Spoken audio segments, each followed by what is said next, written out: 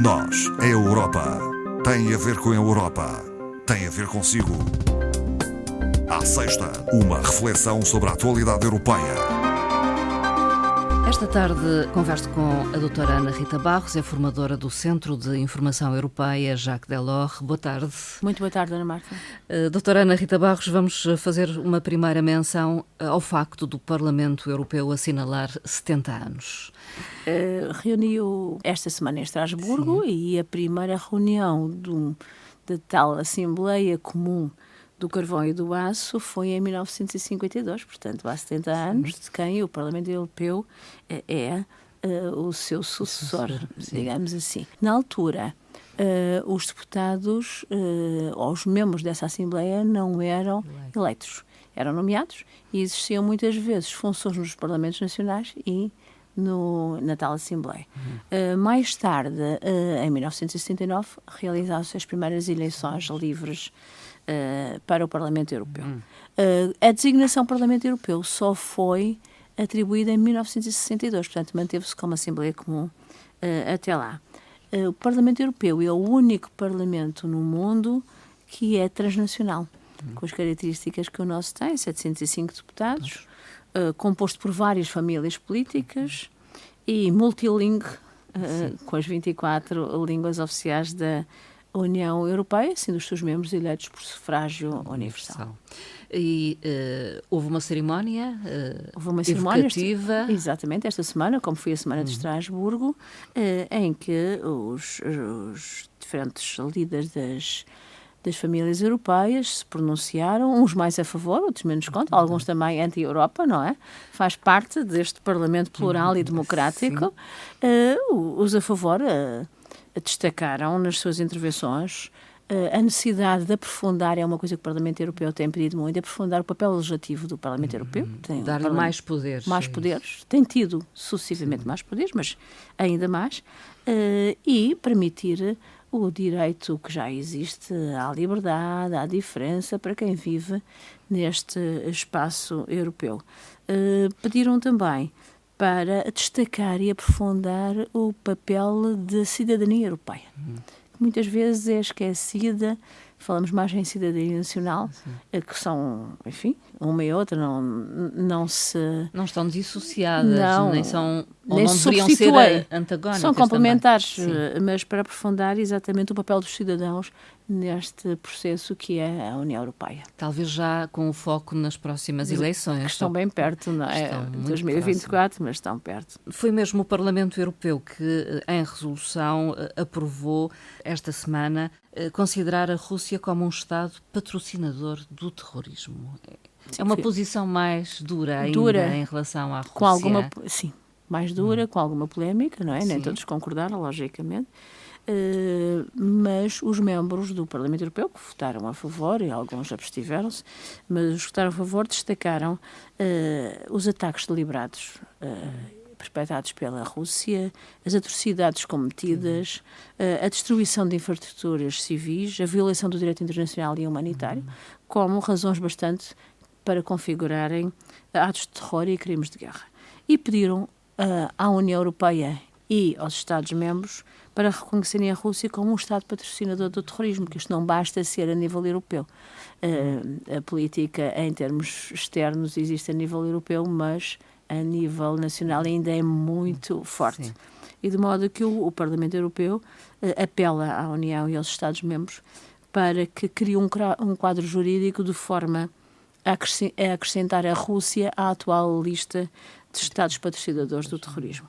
Isto levaria a restrições muito elevadas até às organizações internacionais que a Rússia pertence, profundas implicações nas relações União Europeia-Rússia e um isolamento da Rússia que era o pretendido. Aliás, evocou-se mesmo contra esta resolução esse isolamento. Até para a resolução do conflito considerou-se que não seria favorável. Não seria oportuno neste momento. E até muitos membros do Partido Socialista Europeu que até são contra esta invasão, mas que acharam que neste momento podia levantar outras questões ainda mais complicadas do que já existentes. Vamos ver o que é que decidem. Uma das medidas que o Parlamento, nesta sequência, apelou aos Estados é que investiguem e previnam a aplicação de sanções que muitas vezes a União Europeia define, como já definiu o 9º pacote, não é? Que ainda também o Parlamento pede para que seja complementado, mas muitas vezes não é aplicado, como nós sabemos, nem de igual forma, nem por alguns Estados-membros. Portanto, o Parlamento faz um apelo também nesse sentido. Coerência, no fundo. E aplicação efetiva, exatamente, para dissuadir a Rússia destas atitudes que tem tido. A Comissão considera insuficientes as reformas da Hungria e condiciona, ou poderá vir a condicionar, a libertação de fundos a este Estado-membro? Congelou mesmo. São fundos que a Hungria tem a receber, tal e qual como os outros Estados-membros, através do New Generation, ou seja, subvenções e empréstimos, que são de monta, 7,5 mil milhões por um lado, 5,8 mil milhões por outro. É significativo para um Estado como a Turquia, mas estão congelados e a sua libertação está condicionada à implementação de 27 medidas. Porquê? Porque a Comissão tem constatado que a Hungria apresenta um plano de cumprimento do Estado de Direito, mas depois não cumpre as medidas no terreno. E é isso que pretende efetivar. Recentemente até se esperou que o acordo entre a União Europeia e a Hungria fosse efetivo, mas esta quarta-feira a Comissão, enfim, analisando o plano apresentado, até aprovou o plano, mas diz que só liberta os fundos quando efetivamente as 27 medidas, são as 17 existentes mais 10, fossem aplicadas no Estado húngaro. Isto é uma questão que se arrasta já há muito tempo, já deve tem mesmo quase um ano ou mais. A Hungria, já aqui falamos, até apelou para o Tribunal Europeu, já houve alguns avanços, já alguma libertação de fundos, mas tem recuado sempre isto. Porquê? Porque a Hungria recentemente, com a aplicação a partir deste segunda quinzena de novembro, criou um organismo, digamos assim, que é uma autoridade de integridade, que pretende ser, exatamente como os húngaros dizem, um organismo antifraude. Só que os elementos nomeados pelo governo húngaro dependem do governo húngaro que os pode afastar. Portanto, a União Europeia põe em questão essa autoridade e a efetiva independência e transparência dessa autoridade. Além disso, também tomou uma medida recente em que o próprio governo, não é o Parlamento, é o próprio governo, pode rever a decisão de um procurador. Ou seja, com um processo judicial, enfim, é principalmente em termos judiciais que está o âmago deste conflito. No âmbito do Estado de Direito. Exatamente, no âmbito do Estado de Direito. Agora, a Comissão propôs, tem que ir ao Colégio de Comissários, vai com certeza na próxima semana, e depois tem que ser aprovado por maioria qualificada e pelo Conselho. Esperemos por dezembro para ver o que é que acontece. O Conselho que é constituído pelos políticos, não é? Mais altos representantes dos Estados. Dos Estados, exatamente. Os chefes de Estado e Governo. O que é que acontece? E a Comissão Europeia diz exatamente isso. É que o governo húngaro, naquelas decisões em que é preciso a unanimidade, normalmente negocia a libertação dos fundos versus o seu voto pela unanimidade. Enfim, são estas negociações e nós sabemos depois as implicações que isto tem, que efetivamente nunca se aplica aquilo que são as medidas preconizadas e que o Estado húngaro, enfim, põe no papel, mas depois não transpõe para o direito nacional. Doutora Ana Rita Barros, há uma nova regulamentação sobre o azeite. O azeite. Para dizer que a Europa, os países europeus, são responsáveis por cerca de 69% a 70% da produção mundial de azeite, entre os quais Portugal, não é? Sim. Portugal não é o maior produtor. Espanha, Grécia. Espanha é o primeiro, Itália e Grécia. Portugal está um pouco depois, mas é toda aquela bacia do Mediterrâneo que produz azeite. A Comissão aprovou uma nova regulamentação, a anterior já tem mais de 10 anos, e a norma pretende defender os consumidores. Não só a qualidade do produto e da sua produção, mas também da comercialização. Atualmente, em alguns Estados-membros, é permitido juntar óleos de origem vegetal ao azeite. Outros óleos. outros lojas. Em Portugal não é permitido, não, em Espanha também não, mas noutros é permitido. E então a Comissão vem exatamente regulamentar e dizer as condições em que isso pode ser produzido, porque o que é que acontece é que os países não podem vender internamente, que é o caso de Portugal, mas podem produzir para exportar. E que podem até comercializar no seu mercado esse tipo de produtos. Só que muitas vezes eles também ficam cá. É isso que se pretende regulamentar. Uma outra parte interessante deste normativo europeu é que é proibido a comercialização do produto de azeite a granel. Os ambientalistas não gostaram muito, nem gostam, exatamente por causa das embalagens, os gastos, os plásticos, não sabe tudo, é a embalagem. Mas tem-se detectado alguma fraude na comercialização. Para garantir também a qualidade do produto que chega aos consumidores, foi reforçado o fecho da embalagem, para garantir que o produto chegue em boas condições. Uma outra parte também que é inovadora nesta regulamentação é a parte da informação. Portanto, a informação ao consumidor tem que ser precisa, tem que indicar claramente as condições de armazenamento. Alguns azeites fazem isso, outras marcas não. E se houver mistura de azeites de produção em vários anos, tem que ser a percentagem de cada um e o ano de produção. Enfim, é uma normativa. Além disso, também se aplica às embalagens de produtos de conserva que levam azeite. Nesse caso, a informação deve detalhar a percentagem do líquido azeite no produto total. Portanto, umas novas normas, com certeza Portugal vai aplicar como produtor. Claro que isto não é de imediato, mas vem garantir que o produto que nós consumimos, e nós consumimos muito, é de qualidade. É de qualidade e defende os direitos dos consumidores. Hoje assinala-se o Dia Internacional contra a Violência das Mulheres. Das mulheres.